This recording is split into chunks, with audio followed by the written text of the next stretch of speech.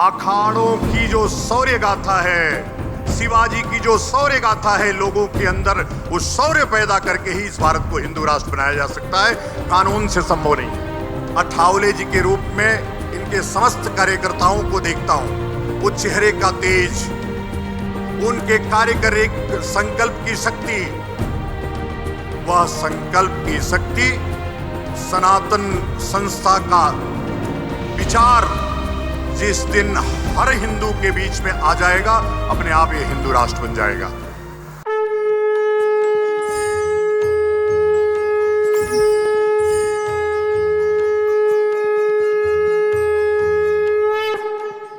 स्वामी आनंद स्वरूप महाराज जी बेंगलुरु कर्नाटक स्थित शांभवी पीठ के पीठाधीश्वर हैं।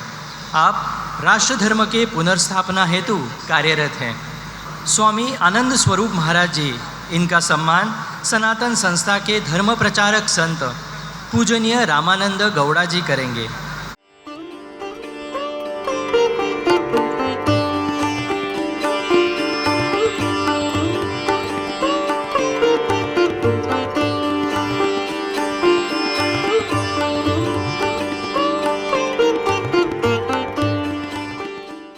सदाशिव समारंभाम शंकराचार्य मध्यमाम अस्मदाचार्य पर्यंताम वंदे गुरु परंपराम।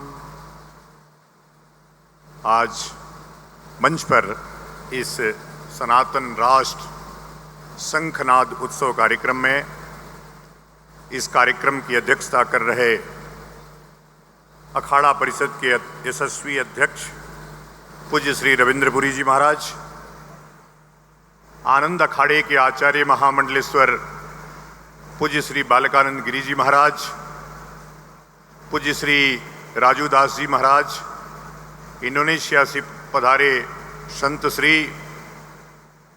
अन्य जो सनातन संस्था के प्रचारक गण हैं, हम सब उपस्थित हैं उस मनीषी का जन्म उत्सव मनाने के लिए जिसने अपने जन्म दिवस को सनातन राष्ट्र के शंखनाद के रूप में मनाना स्वीकार किया।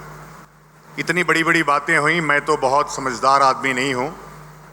अश्वनी जी से 2 घंटे की चर्चा आज फ्लाइट में करने का अवसर मिला।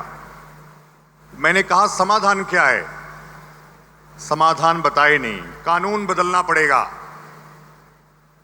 75 वर्ष से ज्यादा हो गए, कानून बदल नहीं पाए। मुझे लगता है कि अब वो किताब ही बदलनी पड़ेगी जो इसकी कारण है। तो संविधान बदलने के लिए हिंदू राष्ट्र संविधान लाना पड़ेगा, बस एक ही उपाय है। और मुझे लगता है कि सनातन संस्था, महाराज जी, हरिद्वार के कुंभ में मेरी मुलाकात सनातन संस्था के लोगों से हुई। उस समय कोरोना का दौर था और मेरा बड़ा बड़ा पोस्टर लगा हुआ था कि हिंदू राष्ट्र एक ही संकल्प है मेरा। उस संकल्प को देख करके सनातन संस्था के लोग मेरे पास आए और तब तक मेरे मन में सनातन हिंदू राष्ट्र की जो रचना थी वो कैसे होगी उसके बारे में कुछ खाका नहीं तैयार था। फिर हम लगातार विद्वानों के बीच बैठते रहे। हमने एक प्रारूप बनाया और वो प्रारूप में जितना कुछ हो सकता है मैंने पिरोने का काम किया और इस प्रयागराज के कुंभ में उस हिंदू राष्ट्र संविधान के प्रारूप को सनातन संस्था के संयुक्त तत्वाधान में जारी करने का अवसर मिला।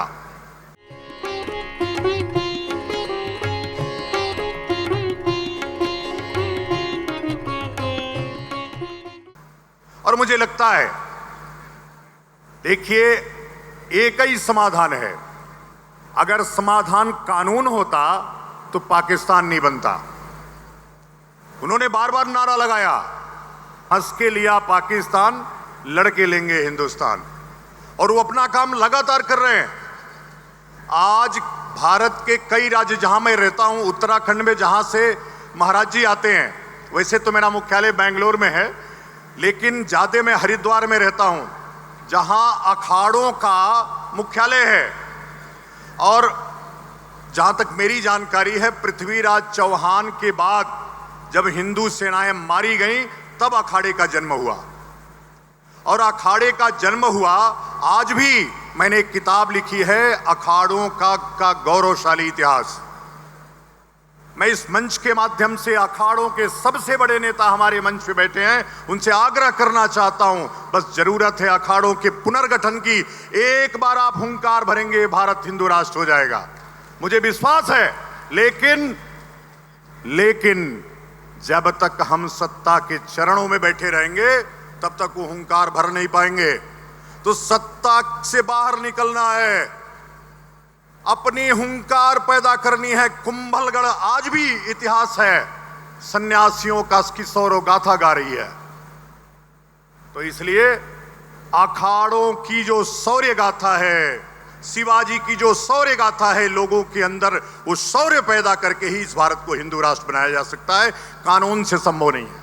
अठावले जी के रूप में इनके समस्त कार्यकर्ताओं को देखता हूं, वो चेहरे का तेज, उनके कार्य करे संकल्प की शक्ति, वह संकल्प की शक्ति सनातन संस्था का विचार जिस दिन हर हिंदू के बीच में आ जाएगा, अपने आप ये हिंदू राष्ट्र बन जाएगा। और मुझे विश्वास है कि रविंद्रपुरी जी महाराज के नेतृत्व में वो काम होगा। जो काम अखाड़ों के द्वारा नहीं हुए थे, वो सब काम रविंद्रपुरी जी महाराज के नेतृत्व में हुए हैं। इसलिए मुझे विश्वास है कि सनातन हिंदू राष्ट्र रविंद्रपुरी जी महाराज के नेतृत्व में, अठावले जी के नेतृत्व में बनेगा। मैं चूंकि अंतिम वक्ता हूं, आप श्रोता भी सभी थके हैं, मेरे मन में बहुत कुछ भाव था।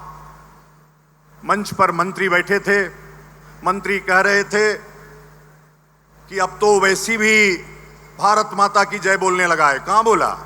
उसने फिलिस्तीन जिंदाबाद बोला, फिर हिंदुस्तान जिंदाबाद बोला। उसको फिलिस्तीन और हिंदुस्तान में कोई अंतर समझ में नहीं आता है। और मंत्री जी इसी को कुरान की भाषा में अल-तकैया बोलते हैं। यही अल-तकैया है जो वो वैसी कर रहे हैं इस देश के अंदर। मुझे तो भूत भगाना है जो आज से 1200 वर्ष पहले भारत में प्रवेश किया। आप देखते होंगे कई बार गांव में नट पकड़ लेता है लोगों को, अचानक हिंदू मुसलमान की भाषा बोलने लगता है। वही भारत के साथ हुआ। भारत में कोई पैदा हुआ व्यक्ति इस्लाम लेकर के नहीं आया, यहां पैदा होने वाला हर व्यक्ति हिंदू था। आगे वही प्रयास करना है कि वो अंदर से भूत निकल करके भागे इस देश से और यह राष्ट्र सनातन राष्ट्र बने। बोलिए भारत माता की। धर्म की, अधर्म का, प्राणियों में, विश्व का, गो माता की, गंगा माता की, राम जन्मभूमि की, कृष्ण जन्मभूमि की, काशी विश्वनाथ की, कल्कि भगवान की।